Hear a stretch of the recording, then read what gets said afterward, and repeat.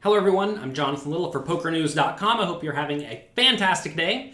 And today, we're going to be reviewing a hand from the bubble of a $1,500 buy-in World Series of Poker event.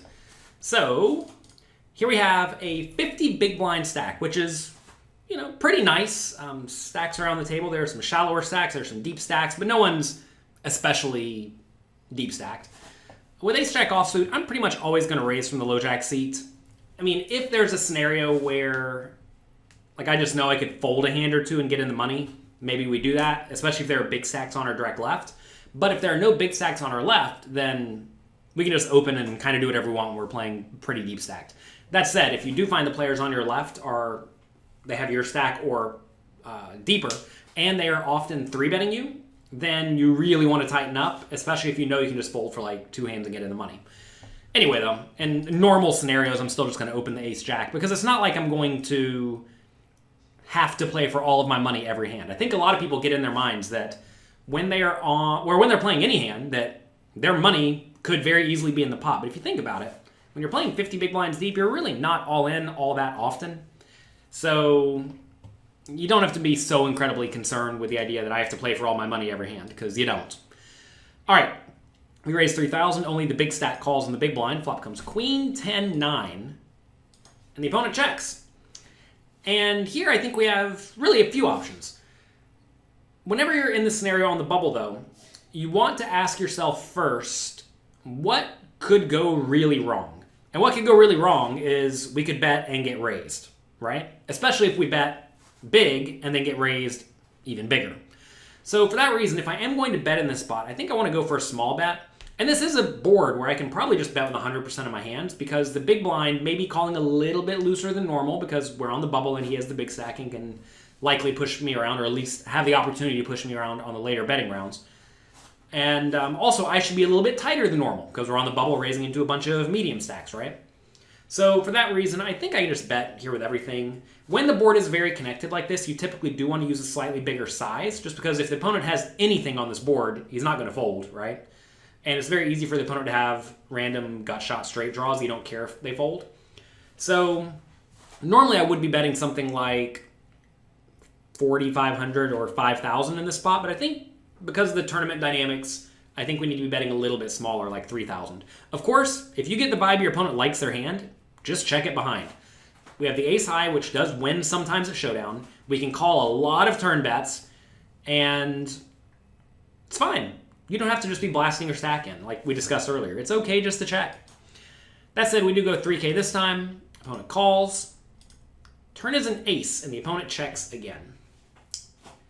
So now, we have the best hand most of the time. However, do realize the opponent could just have ace-queen, ace-10, or ace-8. They could certainly call all those pre-flop. Opponent could have also slow-played something on the flop.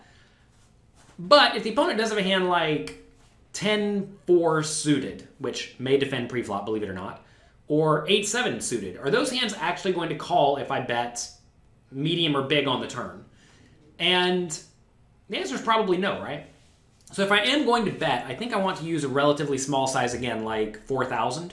I think if you start going like 7,000 or 15,000 or something like that, then you're mostly going to get called by very strong hands. And ace-jack actually doesn't do all that well against very strong hands, even though there really aren't loads of very strong hands that are possible. You still are going to run into it every once in a while, and especially on the bubble, you really want to sidestep losing all your money when you find yourself in a setup spot. That said, I do think checking's fine, especially if you think the big stack will try to bluff you on the river. Checking is great because then especially with hands like top pair, you just know you're not folding on any river. I mean, put any river out there, put a jack out there, I'm still just not folding. I mean, obviously you lose to lots of hands then, but you still beat a lot of hands. So in a scenario where you expect your opponent to be doing a lot of river bluffing, if it goes check on the turn, I definitely love checking because checking induces bluffs and also makes it impossible for me to have to play for all my money on the bubble with this type of hand. And notice if I did bet like 8,000 or 12,000, as I see a lot of recreational players do on a regular basis because they think they want to protect their hand or make the draws fold or whatever, they end up getting raised sometimes, and a raise over an 8,000 bet, given the pot size already and given my relatively shallow stack at this point, is all in. You really want to be all in? Yeah, not really. So check. River's an ace, and now the opponent bets 7,000. And we have to now decide if we want to, well, we're not folding, if we want to call or raise, right? So now we have the best hand basically every time. But what will the opponent call or raise with that I am beating? Remember, the opponent check called my flop bet, right? So that means in order for them to have an ace, it has to be ace-jack, which we chop with, ace-9, which is kind of optimistic, or ace-x of clubs, hearts, or diamonds. But notice, I have the club and the hearts on the board, so it has to be like ace-x of diamonds. And even then, like ace-5 of diamonds will just fold the flop to any bet size a lot of the time. So it's kind of hard for the opponent to actually have a worse ace, right? So we're trying to get called by a queen if we raise. Do we really think a queen's going to call a raise on the river in this spot? I mean, it's kind of optimistic. So I don't really think we want to have much of a raising range here. And if we are raising, it's going to be with like exactly full houses. Because again, on the bubble, we really need to be cautious. And if we do raise, we probably do just want to go for a big raise if we did have a hand like ace-queen, if we had the nuts. But in this scenario, I'm not going to raise. If I was to raise, I would raise small because we really are trying to get called by a lot of junk. But I'm just calling here. Just call. We're going to win this pot almost every time and get into the money with no problems. Whereas if we raise to any size, really, we start to jeopardize our stack. Because imagine we do make it 17,000. The opponent does call and beat us. And now we're down to, call it 35, or call it 30, yeah, 38K, something like that. If that's the scenario, now we start to bubble every once in a while. Obviously, we're still nowhere near bubbling because I'm sure there's like 1, 5, or 10 big blind stack hanging around in the tournament at least.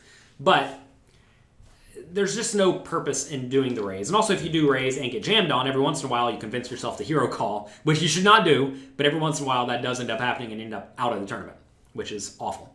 So anyway, I think this is just an easy call, and I don't think we have any other options. Opponent was value betting thin with a queen. Seems kind of ridiculous to me. Kind of like how, I mean, I understand the opponent is the big stack and he's not risking a stack or anything like that. But in general, when you have a very clear marginal made hand, like the opponent does, just get to a cheap showdown. Because when he's betting here, he's trying to get me to call with, first off, I don't have queen 7 ever, right? So I have no worse queens. He's trying to get me to call with a 10, king 10, jack 10, 10-9 suited. Like, that's it? Maybe an 8? I don't know. It's not a very good bet by the opponent. And it's always nice whenever your opponent has a hand that really should not be betting, but they bet anyway and just give you the easy 7,000. If the opponent checked the river, I would then go for a value bet. But, I mean, it's a spot where, again, if I bet and get raised, it's miserable. So my opponent made it easy on me. It's always nice when the opponents make it easy on you. So that's me up for today. For PokerNews.com, I hope you enjoyed it. If you're not already, make sure you go to PokerNews.com. Read their articles. They have lots of strategy articles, news articles. Stay up to date on what's happening in the poker world and in poker strategy over at PokerNews.com. Good luck in your games. Have fun. Be nice to someone. And I'll talk to you next time.